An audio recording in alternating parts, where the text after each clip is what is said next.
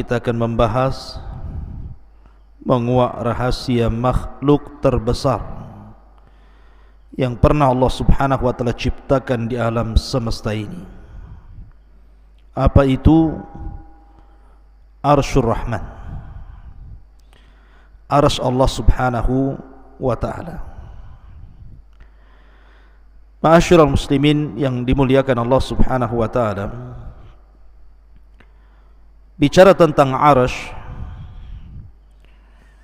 maka arsy banyak disebutkan di dalam Al-Quranul Karim dan hadis-hadis Nabi SAW tentang sifat-sifatnya. Sebut saja beberapa ayat dalam Al-Quran, contohnya surah Ghafir ayat 7, Allah katakan alladzina yahmilunal arsya wa man hawlahu yusabbihuna bihamdi rabbihim wa yu'minuna bih wa yastaghfiruna lilladzina amanu. Malaikat-malaikat yang memikul arsy dan juga malaikat-malaikat yang ada di sekitar arsy, mereka bertasbih dengan memuji Rabb mereka, dan mereka beriman dengan Allah dan memintakan ampun akan dosa orang-orang yang beriman. Di sini Allah Subhanahu wa ta'ala menyebut kata-kata al-arsy. Kemudian juga ayat yang lain dalam surah Al-Haqqah ayat 17, Allah katakan wa yahmilu arsya rabbika fawqahum yawma idzin thamaniya. Dan malaikat yang memikul arsy Rabbmu pada hari itu jumlahnya 8. Ada yang mengatakan 8 malaikat yang memikul arsy, ada yang mengatakan 8 saf dari kalangan malaikat yang jumlahnya tidak ada yang tahu kecuali Allah, saking banyaknya. Wa ma ya'lamu junuda rabbika illa hu, dan tidak ada tahu jumlah berapa tentara Allah dari kalangan malaikat kecuali Allah saja yang tahu. Ma'asyiral muslimin yang dimuliakan Allah Subhanahu wa ta'ala, kemudian juga hadis Nabi SAW. Nabi SAW bersabda ketika bicara tentang keistimewaan zikir kepada Allah Subhanahu wa ta'ala, subhanallah wa bihamdihi adada khalqihi wa ridha nafsihi wa zinata arsyih wa midada kalimati. Jadi suatu ketika Nabi SAW pernah di masjid sampai waktu duha. Kemudian Nabi SAW terus menerus seperti itu duduk di masjid sampai akhirnya datanglah sahabat Nabi SAW kemudian bertanya soal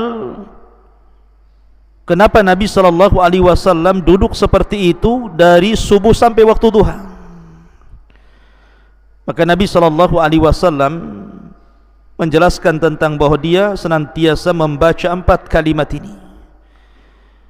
Salah satunya adalah waridha nafsihi wa zinata arsyih, dan beratnya arsy Allah Subhanahu wa ta'ala. Artinya bahwa kalimat arsy itu disebutkan di dalam Al-Quran dan juga disebutkan dalam hadis Nabi SAW. Adapun di antara sifat-sifatnya, maka Allah Subhanahu wa ta'ala menyebutkan di antara sifat-sifat arsy itu yang pertama, bahwa arsy Allah Subhanahu wa ta'ala disifati dengan Al-Majid, Dzul Arsy Al-Majid. Majid itu artinya luas lagi besar, Mutawassi Al-Azim. Jadi makhluk yang sangat luas sekali dan besar sekali. Makanya dalam ayat yang lain juga Allah Subhanahu wa ta'ala mengatakan Dzul Arsyil Azim, pemilik arsy yang sangat agung, yang sangat besar. Ya, wajar karena arsy Allah subhanahu wa ta'ala adalah makhluk yang paling besar yang Allah ciptakan di alam semesta ini. Anda bisa bayangkan sebuah hadis Nabi SAW. Hadis ini dari Abdullah ibn Mas'ud radhiyallahu anhum. Dia mengatakan bainas sama'id dunya wallati taliha 500 amin. Jarak antara langit satu ke langit berikutnya itu sejauh 500 tahun perjalanan. Wa baina kulli sama'in was sama'i 500 amin. Dan jarak antara langit ke langit berikutnya juga 500 tahun perjalanan. Wa bainas sama'is sabi'ati wal kursi 500 amin. Bahkan jarak antara langit ke-7 ke kursi Allah itu juga 500 tahun perjalanan. Ma'asyiral muslimin yang dimuliakan Allah subhanahu wa ta'ala, kemudian Rasul mengatakan, Abdullah bin Ibnu Mas'ud mengatakan, wa baina kursi wal ma 500 amin. Dan jarak dari kursi ke air yang ada di atas langit itu juga 500 tahun perjalanan. Wal arsyu fawqal ma. Dan arsy itu di atas air. Wallahu fawqal arsy, dan Allah di atas arsy. La yakhfa alaihi syai'un min a'malikum. Allah tidak mungkin tersembunyi sedikit pun dari amal-amal kalian. Coba perhatikan di sini. Jarak bumi ke langit itu, kata Abdullah bin Mas'ud radhiyallahu anhu, itu perjalanan 500 tahun. Tentu kalimat perjalanan 500 tahun ini sesuai dengan waqi', sesuai dengan apa yang kita rasakan hari ini. Coba Anda lihat bintang yang ada di langit itu. Apabila tidak sedang hujan ataupun awan tidak sedang hitam, tentu kita bisa lihat bintang itu. Sementara menurut ulama falak, satu bintang itu besarnya bisa ratusan kali bumi. Satu bintang itu besarnya bisa ratusan kali bumi. Sementara kita hanya melihat bintang itu kecil seperti kelereng. Artinya bahwa ketika Abdullah ibn Mas'ud radhiyallahu anhu mengatakan bahwa jarak antara bumi ke langit itu 500 tahun perjalanan, masuk di akal.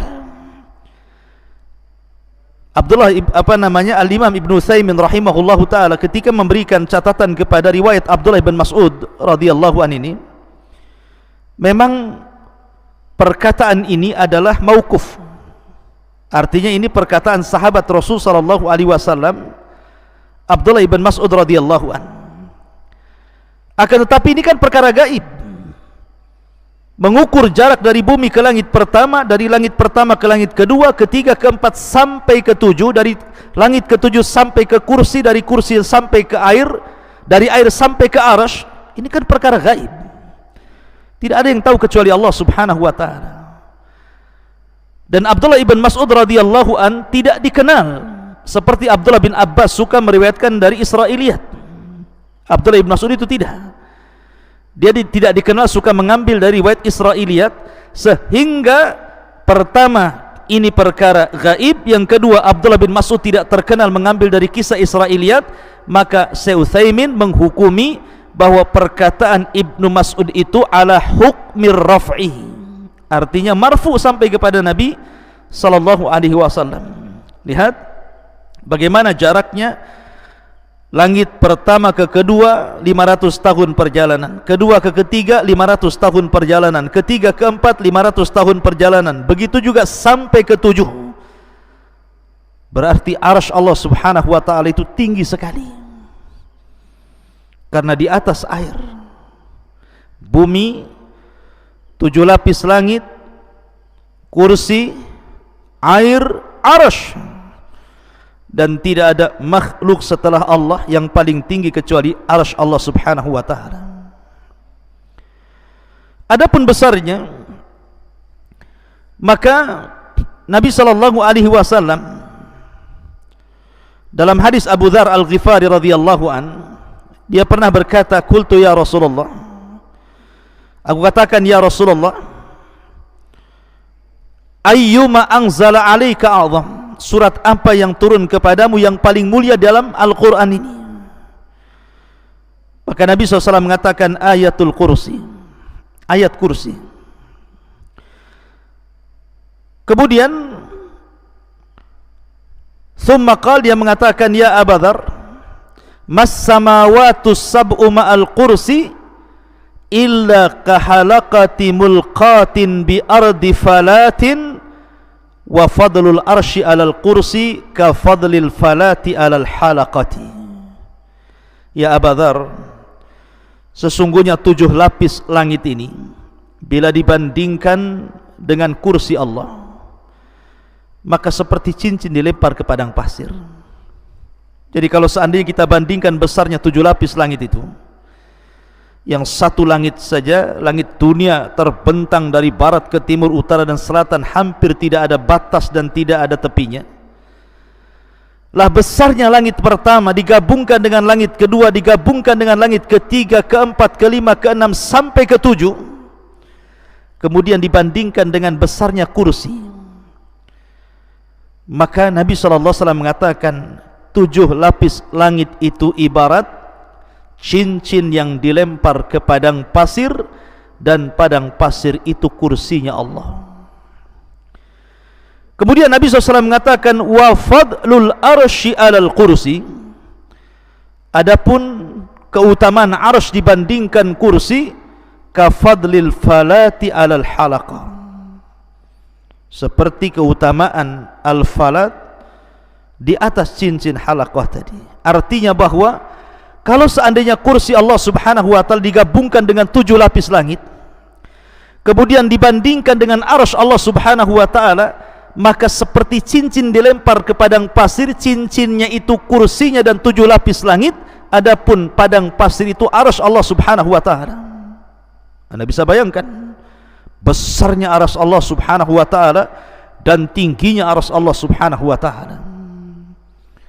Dan itu satu makhluk. Bagaimana dengan yang menciptakannya? Allahu Akbar, Allah lebih besar dibandingkan seluruh makhluknya. Ma'asyiral muslimin yang dimuliakan Allah Subhanahu wa ta'ala, bahkan ketika Allah Subhanahu wa ta'ala dan Rasulnya menceritakan tentang malaikat-malaikat yang memikul arsy, dan itu sudah saya sebutkan di awal, di mana Allah Subhanahu wa ta'ala berfirman tentang masalah para malaikat pemikul arsy ini, wa yahmiluna arsya rabbika fawqahum yauma idzin thamaniyah, dan malaikat yang memikul arsy Rabbmu pada hari itu di atas, wa yahmiluna arsya rabbika, dan malaikat yang memikul arsy Rabbnya jumlahnya thamaniyah. Saya katakan di awal bahwa kalimat thamaniyah, kalimat 8 ini, ada yang mengartikan maksud 8 di sini artinya 8 malaikat. Tapi ada juga yang mengatakan yang dimaksud 8 di sini adalah 8 saf. Jadi malaikat itu bersaf-saf ketika memikul arsy Allah Subhanahu wa ta'ala, sehingga jumlahnya 8 saf, dan satu saf itu tidak diketahui berapa jumlah malaikat yang memikul arsy Allah Subhanahu wa ta'ala. Nabi SAW pernah bersabda dalam hadis Jabir bin Abdullah radhiyallahu an, "Adzina li an uhadditsa an malakin min malaikatillah min hamalatil arsy." Telah diizinkan kepadaku oleh Allah Subhanahu wa ta'ala agar aku menceritakan tentang satu malaikat dari sekian malaikat-malaikat Allah, dari malaikat-malaikat pemikul arsy. Perhatikan di sini, Nabi SAW ingin menceritakan berapa besarnya malaikat dari sekian para malaikat yang memikul arsy Allah Subhanahu wa ta'ala. Kata Nabi SAW, innama baina sakhmati udhunihi ila atikihi masirata sab'umi'ati amin. jarak antara daun telinga malaikat pembawa arsy ini sampai ke pundaknya itu sama dengan 700 tahun perjalanan. Dari daun telinga sampai bahunya di sini. Panjangnya lehernya malaikat pemikul arsy itu sejauh 700 tahun perjalanan. Subhanallah, ini baru mensifati lehernya saja. Kemudian dijelaskan juga, ini baru menjelaskan lehernya. Kata Nabi SAW, dan tingginya malaikat ini, malaikat pemikul arsy ini, kakinya, rijlahu, qad maraqat rijlahul arda sabi'ata wal arsyu ala mankibihi wa huwa yaqul subhanak aina kuntu wa aina takun. Di mana kedua kaki malaikat pemikul arsy ini nembus sampai ke lapisan langit yang paling dasar. Bayangkan, kedua kaki malaikat pemikul arsy ini menembus sampai ke dasar yang paling dalam dari lapisan-lapisan bumi.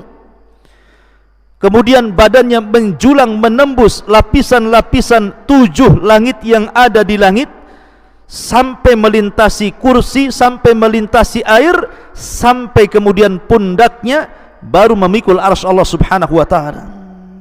Seraya berkata, subhanak aina kunt wa aina takun.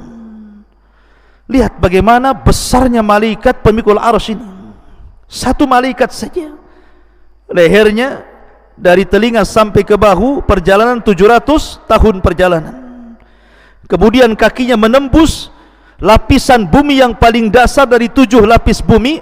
Kemudian badannya menjulang sampai menembus 7 lapis langit, sampai menembus kursi, sampai menembus air.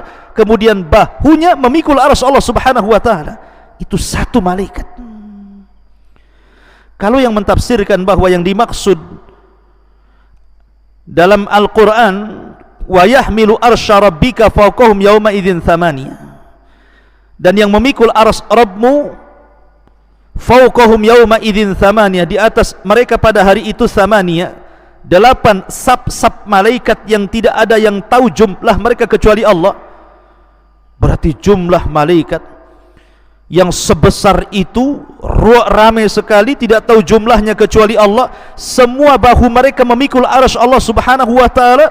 Betapa besarnya arsy Allah Subhanahu wa taala dipikul oleh malaikat yang tidak tahu jumlahnya, sementara badan mereka sudah saya sifati sebagaimana sabda Nabi SAW, seperti itu besarnya para pemikul arsy Allah Subhanahu wa taala.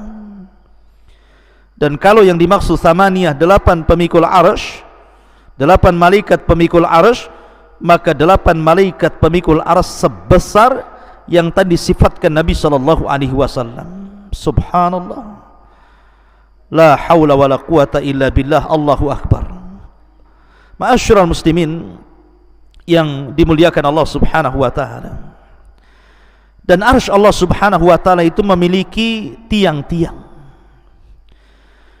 Makanya dalam sebuah hadis Nabi SAW mengatakan, yus'akun nas yaumal qiyamah fa akunu awal man yafiq fa idza bi Musa akhadha bi qa'imati min qawami'il arsy.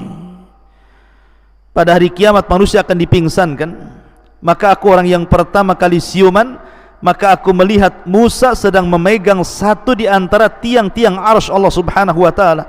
Artinya arsy itu punya tiang. Kemudian juga arsy adalah atapnya sorga. Jadi sorga itu di bawah arsy, dan arsy itu adalah atapnya sorga Firdausil A'la.